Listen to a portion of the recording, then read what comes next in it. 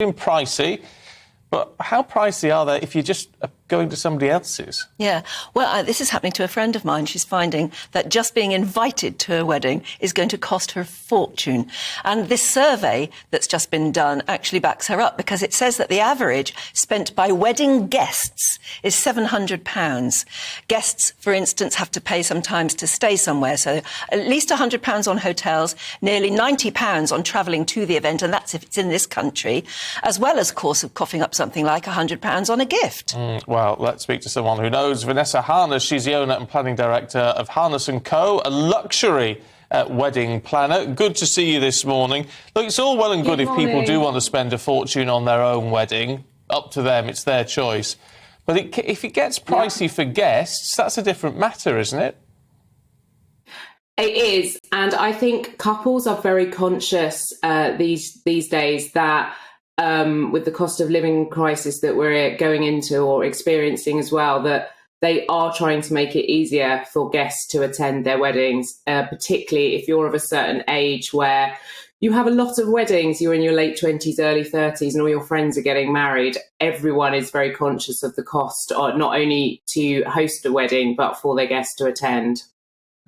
What is the etiquette now, then? If you're planning a lovely wedding, say in this country, would you expect your guests to come to pay for themselves to get there and stay?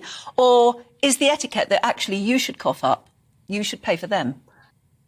It depends on where you sit on the guest list, in all honesty. So a lot of couples have like exclusive use venues, or they have venues where they can offer their guests luxury camping, so glamping.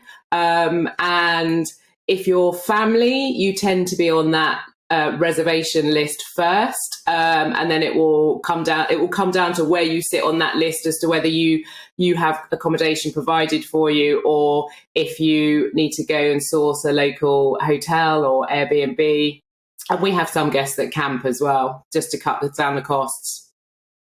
Interesting, isn't it, as to whether you actually bother to go. If it's a big wedding with lots of people going, and it's still going to cost you £400, £500, £600 just to attend, I guess there's nothing wrong in just saying, well, actually, I'm busy.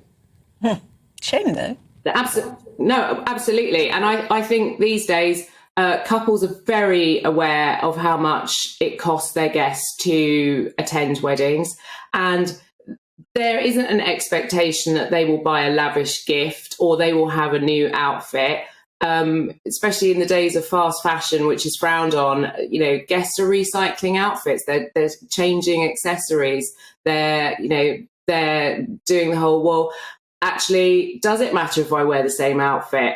Is anybody truly going to notice? And the reality is, no one is actually going to notice if you happen to wear the same outfit that you wore to a wedding 3 weeks ago, because it's a different set of guests.